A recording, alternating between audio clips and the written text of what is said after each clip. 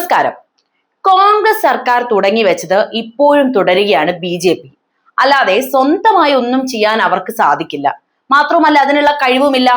തൊഴിലുറപ്പ് പദ്ധതിയിൽ നിന്ന് മഹാത്മാഗാന്ധിയുടെ പേര് വെട്ടുന്ന BJP സർക്കാർ ഇന്ത്യയിൽ എന്താണ് നടപ്പിലാക്കിയത് എന്ന ചോദ്യം വളരെ പ്രസക്തമായിക്കൊണ്ടിരിക്കുന്ന ഒരു ഘട്ടത്തിലൂടെയാണ് നമ്മൾ കടന്നുപോയിക്കൊണ്ടിരിക്കുന്നത്. മൻമോഹൻ സിംഗ് പദ്ധതികൾ പുതിയ കുപ്പിയിലെ പഴയ വീഞ്ഞാകുമ്പോൾ ഇന്ത്യൻ ഭരണസിരാ കേന്ദ്രങ്ങളിൽ ഇന്ന് നടക്കുന്നത് വലിയൊരു പുനർനാമകരണ പ്രക്രിയയാണെന്ന വാദവും ശക്തമാണ്. ഒരു രാജ്യം എന്ന നിലയിൽ ഭരണകൂടങ്ങൾ മാറുമ്പോഴും ജനക്ഷേമ പദ്ധതികൾ തുടരുക എന്നത് വളരെ സ്വാഭാവികമായ ഒരു പ്രക്രിയയാണ്. എന്നാൽ UPA സർക്കാരിന്റെ കാലത്ത് ഡോക്ടർ മൻമോഹൻ സിംഗ് വിഭാവനം ചെയ്തതും നടപ്പിലാക്കിയതുമായ ബൃഹത്തായ പദ്ധതികളെ അവയുടെ അടിസ്ഥാന ഘടനയിൽ മാറ്റം വരുത്താതെ കേവലം പേരുകൾ മാത്രം മാറ്റി സ്വന്തം ക്രെഡിറ്റിലാക്കാൻ NDA സർക്കാർ ശ്രമിക്കുന്നു എന്നത് ഗൗരവകരമായ വിഷയം തന്നെയാണല്ലേ. ഡിജിറ്റൽ ഇന്ത്യ മുതൽ സ്വച്ഛ് ഭാരത് വരെ ഇന്ന് കൊട്ടി ആഘോഷിക്കപ്പെടുന്ന പല പദ്ധതികളുടെയും വേരുകൾ കിടക്കുന്നത് മുൻഗാമികളിൽ നട്ടുപിടിപ്പിച്ച വിത്തിൽ നിന്ന് തന്നെയാണ്. നിർമ്മൽ ഭാരത് അഭിയാൻ എന്ന പേരിൽ കോൺഗ്രസ് സർക്കാർ ആരംഭിച്ച ശുചിത്വ പദ്ധതിയാണ് ഇന്ന് സ്വച്ഛ് ഭാരത് മിഷൻ എന്ന പേരിൽ ആഗോളതലത്തിൽ മാർക്കറ്റ് ചെയ്യപ്പെടുന്നത്. അതുപോലെ തന്നെ പാവപ്പെട്ടവർക്ക് ബാങ്ക് അക്കൗണ്ട് ഉറപ്പാക്കിയിരുന്ന ബേസിക് സേവിങ്സ് അക്കൗണ്ട് പദ്ധതിയാണ് ജൻധൻ യോജനയായി പുനർജന്മം എടുത്തത്. ഇവിടെ പദ്ധതിയുടെ ഗുണഭോക്താക്കൾ വർദ്ധിച്ചിട്ടുണ്ടാകാം, എന്നാൽ ഇതിന്റെ ക്രിയാത്മകമായ ചിന്ത വർക്ക് ചെയ്തത് ആ കാലഘട്ടത്തിലായിരുന്നു എന്നത് നമ്മൾ ഇവിടെ ഓർക്കേണ്ട കാര്യമാണ്. അതുപോലെ തന്നെ ഇന്ദിരാഗാന്ധിയുടെയും രാജീവ് ഗാന്ധിയുടെയും മഹാത്മാഗാന്ധിയുടെയും പേരിലുള്ള പദ്ധതികളിൽ നിന്ന് അവരുടെ പേരുകളൊക്കെ വെട്ടിമാറ്റി പകരം ദീൻ ദയാൽ ഉപാധ്യായയോ അല്ലെങ്കിൽ മറ്റുള്ളവരെയോ പ്രതിഷ്ഠിക്കുന്നതിലൂടെ ചരിത്രത്തിൽ നിന്ന് മുൻഗാമികളെ മായ്ച്ചു കളയാനുള്ള ശ്രമമാണ് ഇവിടെ നടക്കുന്നത്. ഇന്ദിര ആവാസ് യോജന PM ആവാസ് യോജനയായതും രാജീവ് ഗാന്ധി ഗ്രാമീൺ വൈദ്യുതീകരണ യോജന ദീൻ ദയാൽ ഉപാധ്യായ ഗ്രാമജ്യോതി യോജനയായതും മാറിയത് ഇതിന്റെ ഉദാഹരണങ്ങളൊക്കെ തന്നെയാണ്.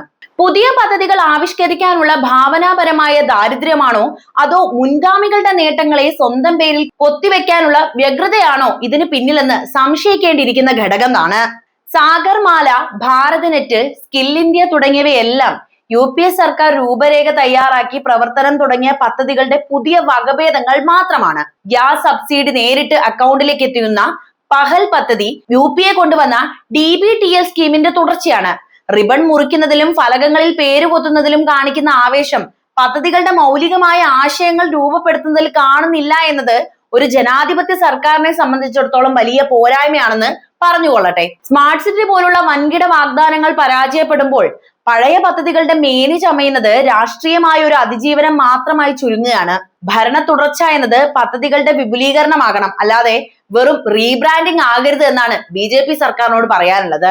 ആശയപരമായ ദാരിദ്ര്യവും പേരുമാറ്റവും പുതിയ ആശയങ്ങൾ വികസിപ്പിക്കുന്നതിന് പകരം പഴയ പദ്ധതികളുടെ പേര് മാറ്റി അവതരിപ്പിക്കുന്നത് ഒരു രാഷ്ട്രീയ തന്ത്രമായി BJP സർക്കാർ സ്വീകരിച്ചു എന്നതാണ് യാഥാർത്ഥ്യം. ഇതിന് ഏറ്റവും വലിയ ഉദാഹരണമാണ് നിർമ്മൽ ഭാരത് അഭിയാനൊക്കെ. ഇതിന്റെ പേര് സ്വച്ഛ് ഭാരത് മിഷൻ എന്നാക്കി മാറ്റിയപ്പോൾ പദ്ധതിയുടെ ലക്ഷ്യം മാറിയില്ല എങ്കിലും അതിന്റെ പൂർണ്ണ ക്രെഡിറ്റ് സ്വന്തം അക്കൗണ്ടിലാക്കാൻ സർക്കാരിന് സാധിച്ചിട്ടുണ്ട്. അതുപോലെ തന്നെ പാവപ്പെട്ടവർക്ക് കുറഞ്ഞ ചെലവിൽ ഔഷധങ്ങൾ ലഭ്യമാക്കുന്ന ജൻ ഔഷധി യോജനയുടെ പേര് പ്രധാനമന്ത്രി ഭാരതീയ ജൻ ഔഷധി പരിയോജന എന്നാക്കിയത് വ്യക്തി കേന്ദ്രീകൃതമായ ക്രെഡിറ്റ് നേടിയെടുക്കുന്നതിന്റെ ഭാഗമായിട്ട് തന്നെയാണ്. പരാജയപ്പെട്ട പുതിയ പദ്ധതികളും ഉണ്ട് കേട്ടോ ഈ കൂട്ടത്തിൽ.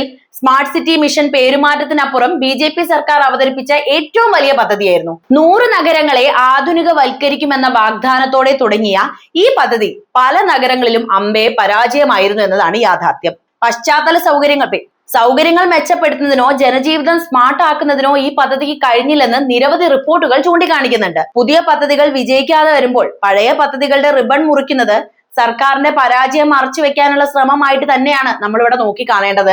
ചരിത്രത്തെ മായ്ച്ചു കളയാനുള്ള നീക്കമാണ് അവർ നടത്തുന്നത്. മഹാത്മാഗാന്ധി, ഇന്ദിരാഗാന്ധി, രാജീവ് ഗാന്ധി തുടങ്ങിയവരുടെ പേരിലുള്ള പദ്ധതികളിൽ നിന്ന് അവരുടെ പേര് വെട്ടിമാറ്റി പ്രധാനമന്ത്രി എന്നോ അല്ലെങ്കിൽ സംഘപരിവാർ നേതാക്കളുടെ പേരോ ചേർക്കുന്നതിലൂടെ ഒരു ചരിത്ര നിഷേധമാണ് അവിടെ നടന്നുകൊണ്ടിരിക്കുന്നത്.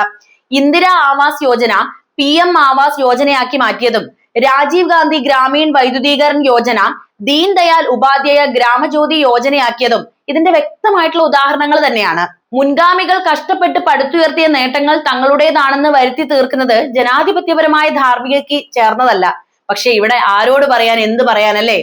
ചുരുക്കി പറഞ്ഞാൽ ഭരണ തുടർച്ച എന്നത് വികസനത്തിന്റെ തുടർച്ചയാകണം, അല്ലാതെ മുൻപ് നടന്ന കാര്യങ്ങൾ സ്വന്തം പേരിൽ കൊത്തിവെക്കാനുള്ള പ്രക്രിയ ആകരുത് എന്ന് സാരം. മൻമോഹൻ സിംഗ് സർക്കാർ ദീർഘവീക്ഷണത്തോടെ നടപ്പിലാക്കിയ സാമ്പത്തിക സാമൂഹിക സുരക്ഷാ പദ്ധതികളാണ് ഇന്നും ഇന്ത്യയുടെ നട്ടെല്ലായി നിൽക്കുന്നത് എന്ന യാഥാർത്ഥ്യം നമ്മൾ തിരിച്ചറിയേണ്ടതുണ്ട്. അവയുടെ പേരുകൾ മാറ്റുന്നത് വഴി ചരിത്രത്തെ താൽക്കാലികമായി മറയ്ക്കാമെന്നല്ലാതെ യാഥാർത്ഥ്യത്തെ ഇല്ലാതാക്കാൻ BJP സർക്കാരിന് കഴിയില്ല എന്ന് നിങ്ങൾ തന്നെ തിരിച്ചറിയണമെന്നാണ് എനിക്ക് പറയാനുള്ളത്.